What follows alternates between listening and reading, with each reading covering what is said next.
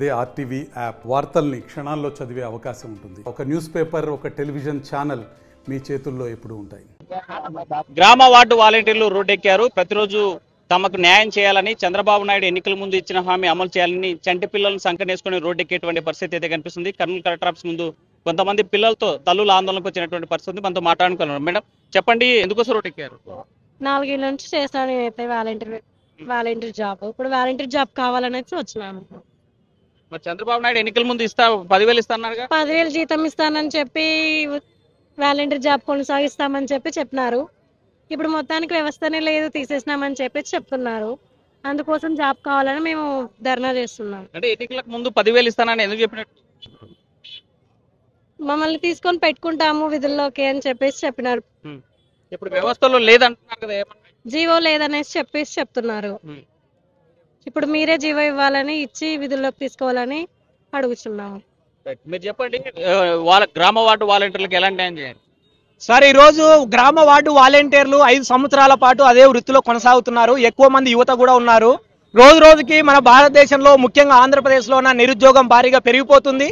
35 లక్షల మంది డిగ్రీలు అయిపోయి ఉద్యోగాలు లేక ఖాళీగా ఉంటే ఏదో ఒక చిన్న ఉపాధి లాగా గ్రామ వార్డు వాలంటీర్ ఉద్యోగం అనేది ఉంది.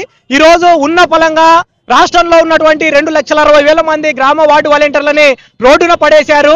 ఎన్నికల ముందేమో మాయమాటలు చెప్పి వీళ్ళందరితో ఓట్లు వేయించుకొని ఎన్నికల తర్వాత జీవో లేదంటున్నారు. మరి అట్లాగే అసెంబ్లీలోన బాల వీరాంజనేయ స్వామి అనే మంత్రి ఆయనకి మొక్కాలా? మరి ఆయన నియోజకవర్గంలో లేదా ఆయన ఓటర్లకి లేదా వాళ్ళ ఇంటికి కరోనా టైంలో ఈ వాలంటీర్లు ఇచ్చిన మందులు అందలేదా, లేదా వీళ్ళు అందించిన సర్వీస్ అందలేదా అని చెప్పేసి ఈ రోజు మేము డివైఎఫ్ఐగా మంత్రిని ప్రశ్నిస్తా ఉన్నాం. మరి మంత్రి గారు మాటలు చాలా వాలంటీర్లని కించపరిచేలాగా ఉన్నాయి. వెంటనే మంత్రి వ్యాఖ్యల్ని ఉపసంహరించుకోవాలా, వారికి క్షమాపణ చెప్పాలా? వాటితో కడుపు నిండదు. వీరి కడుపు నిండాలి అంటే ఖచ్చితంగా వాలంటీర్లని విధుల్లోకి తీసుకోవాలా, వాళ్ళ వేతనాలన్నీ చెల్లించాలా, ముఖ్యమంత్రి చంద్రబాబు ఇచ్చినటువంటి హామీని నెరవేర్చకపోతే మాత్రం ఈ రోజు ఉన్నటువంటి విద్యార్థి యువజన సంఘాలు కూడా ఇక్కడ ఉన్నటువంటి యువతకి మద్దతుగా నిలుస్తాయి. వాళ్ళ హక్కు సాధించే వరకు పోరాడతాం. అవసరమైతే దేనికైనా మేము సిద్ధం అని చెప్పేసి ఈ సందర్భంగా చంద్రబాబు నాయుడు గారిని హెచ్చరిస్తున్నాం. 4 నెలల నుంచి ఇక్కడ పెట్టారు, ఇప్పుడు వ్యవస్థలు లేరంటారు, మీరేమంటారు? సార్, 4 నెలల నుంచి కాదు, ఇదివరకు ఉన్న గవర్నమెంట్లో మేము పనిచేసినప్పుడు ఏమన్నారంటే మమ్మల్ని ఈ పార్టీ తరఫున చేస్తున్నారు, ఆ పార్టీ తరఫున చేస్తున్నారు అన్నారు.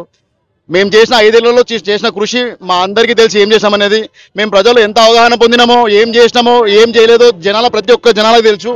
ఈ రోజుకి ఏమంటున్నానంటే మేము ఖచ్చితంగా చేస్తామని చెప్పి మీ గవర్నమెంట్ ఫార్మేషన్ కోసం మీరు చేసిన హామీ మీరు నెరవేర్చుకోలేకపోయినారు. ఈ రోజుకి స్టిల్ మేము బాధపడుతూనే ఉన్నాము. మేము అప్పుడు బాధపడినాము, ఇప్పుడు కూడా బాధపడుతూనే ఉన్నాము. మేము కోరేది ఏమంటే వాలంటీర్ వ్యవస్థ ఖచ్చితంగా నెరవేర్చాలి, ఖచ్చితంగా నెరవేర్చి తీరాలి. అది ప్రజల్లో ఖచ్చితంగా ఆ అవగాహన ఖచ్చితంగా వచ్చే రోజు ఒక రోజు ఉంది. ఆ రోజు మీకు చూపించే రోజు ఖచ్చితంగా వస్తుందని గవర్నమెంట్ తెలియజేస్తున్నాను. మమ్మల్ని బాధ పెట్టినట్టే కాదు, ప్రతి ఒక్కరు మేము అందరం 2,60,000 మంది ఖచ్చితంగా ముందుకు వచ్చి మాట్లాడగల ఒక రోజు వస్తుంది.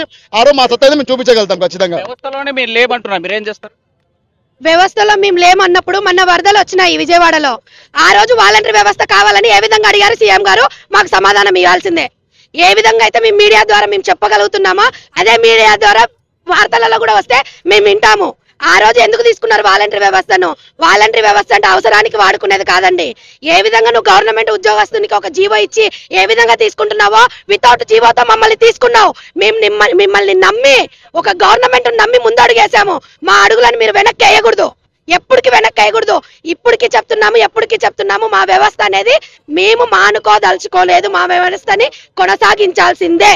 సచివాలయం సంబంధించిన వాలంటీర్లు అవసరం లేదు, ఉద్యోగస్తులు ఇప్పుడు పెన్షన్లు పంచుతున్నారు, మరి మీ అవసరం లేదంటుంది గవర్నమెంట్. అవును, ఆ పెన్షన్లు పంచేది ఒక్కసారి జనాల వరకు మీడియా వెళ్ళాలి. మీడియా ఇక్కడ వచ్చి ఈ 10 గంటల టైంకి 12 గంటలకి ఇక్కడ అడిగితే తెలియదండి.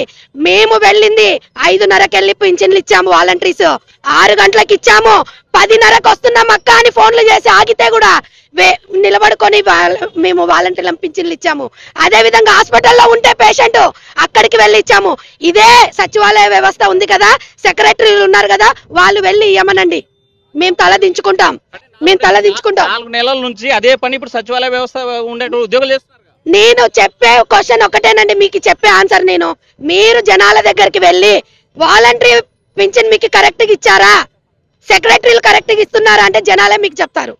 వాలంటీర్లు బాగా ఇచ్చారా, సెక్రటరీలు ఇచ్చారా అంటే మీడియాకి అర్థమవుతుంది, ప్రభుత్వానికి అర్థమవుతుంది, సీఎంకి అర్థమవుతుంది, డిప్యూటీ సీఎం పవన్ కళ్యాణ్ అర్థమవుతుంది. 90% వైసీపీ వాలంటరీ లేకుండా పింఛన్లు పంచిస్తా అన్నాడు. అన్యాయం. న్యాయంగా న్యాయవాదులు అంటే ఎంతో మంది జగన్ ప్రభుత్వంలో ఉన్న వాళ్ళని తీసుకున్నారు. మమ్మల్ని జగన్ ప్రభుత్వం అన్నారు. మేము జగన్ ప్రభుత్వం కాదు, బాబు ప్రభుత్వం కాదు. జనాల కోసము, జనాల సేవకులం, జనాల కోసం పుట్టిన సేవకులం. గత 5 ఏళ్లుగా మేము పోరాడుతున్నాం, పోరాడతాం. సచివాలయ వ్యవస్థ ఈ రోజు కంటిన్యూగా పెన్షన్లు పంపిణీ చేస్తుంది. మీరు లేకున్నా ఆ వ్యవస్థ రన్ అవుతుంది. మరి మీ అవసరం ఏంటి? సచివాలయ వ్యవస్థ ఇప్పుడు కంటిన్యూగా రన్ అవుతుంది. పెన్షన్ పంచుతున్నారంటే పైనున్న అధికారులు పైనుంచి వాళ్ళకి ప్రెజర్ చేసి మీరు 6 గంటలకు ఖచ్చితంగా ఇవ్వాలి, మీరు ఉంటేనే మీకు కొనసాగిస్తాం, లేదంటే మిమ్మల్ని మెమోలు ఇస్తాం అని చెప్పి వాళ్ళని భయభ్రాంతులకు గురి చేసి వాళ్ళతో బలవంతంగా ఇప్పిస్తున్నారు పెన్షన్. ఇప్పుడు ఈ రోజు 2వ తేదీ ఆదివారం కూడా పోయి వాలంటీర్లలో పెన్షన్ ఇచ్చారు. పండగ ఉంటే పెన్షన్ ఇచ్చారు, పెళ్లి ఉంటే పోయి పెన్షన్ ఇచ్చారు, పెళ్లి మండపం పై నుంచి పోయి ఇచ్చారు. ఈ సచివాలయం వాళ్ళకి ఇప్పుడు ఏం చేస్తున్నారు, హాలిడే ఉందంటే ఒక రోజు ముందరనే పెన్షన్ ఇప్పిస్తున్నారు. అదే హాలిడే రోజు ఇప్పియండి, ఎందుకు ఇప్పియడం లేదు? ఎందుకు వాళ్ళకి మెమోలు ఇస్తున్నారు? మేము ఇక్కడ నుంచి వేరే స్టేట్కి వెళ్ళి ఎక్కడ పడితే అక్కడ పెన్షన్ ఇచ్చాం, కొండ ప్రాంతాల్లో కానీ హాస్పిటల్లో కానీ ఇచ్చి పెన్షన్ ఇచ్చాం. ఇక్కడ వాళ్ళు ఇస్తున్నారా? 10 గంటల వరకు 8 గంటల వరకు ఇస్తారు, లేదంటే పోయి సచివాలయంలో కూర్చొని ఇస్తారు. చంద్రబాబు నాయుడు గారు ఏం చెప్పారు? మా కుటుంబాన్ని రోడ్డుపైకి ఇచ్చారని చెప్పారు. ఇంతమంది ఆడోళ్ళు కాదా ఇప్పుడు రోడ్డుపైకి వచ్చారు? ఇది చంద్రబాబు నాయుడు గారికి కనిపించడం లేదా? పవన్ కళ్యాణ్ గారికి ఇంతమంది ఆడపిల్లలు కనిపించడం లేదా? ఎక్కడున్నారు వాళ్ళు? ఇంతవరకు ఎటువంటి లేదు. మా గురించి 10,000 జీతం పెంచి మాకు న్యాయం చేయాలి గవర్నమెంట్.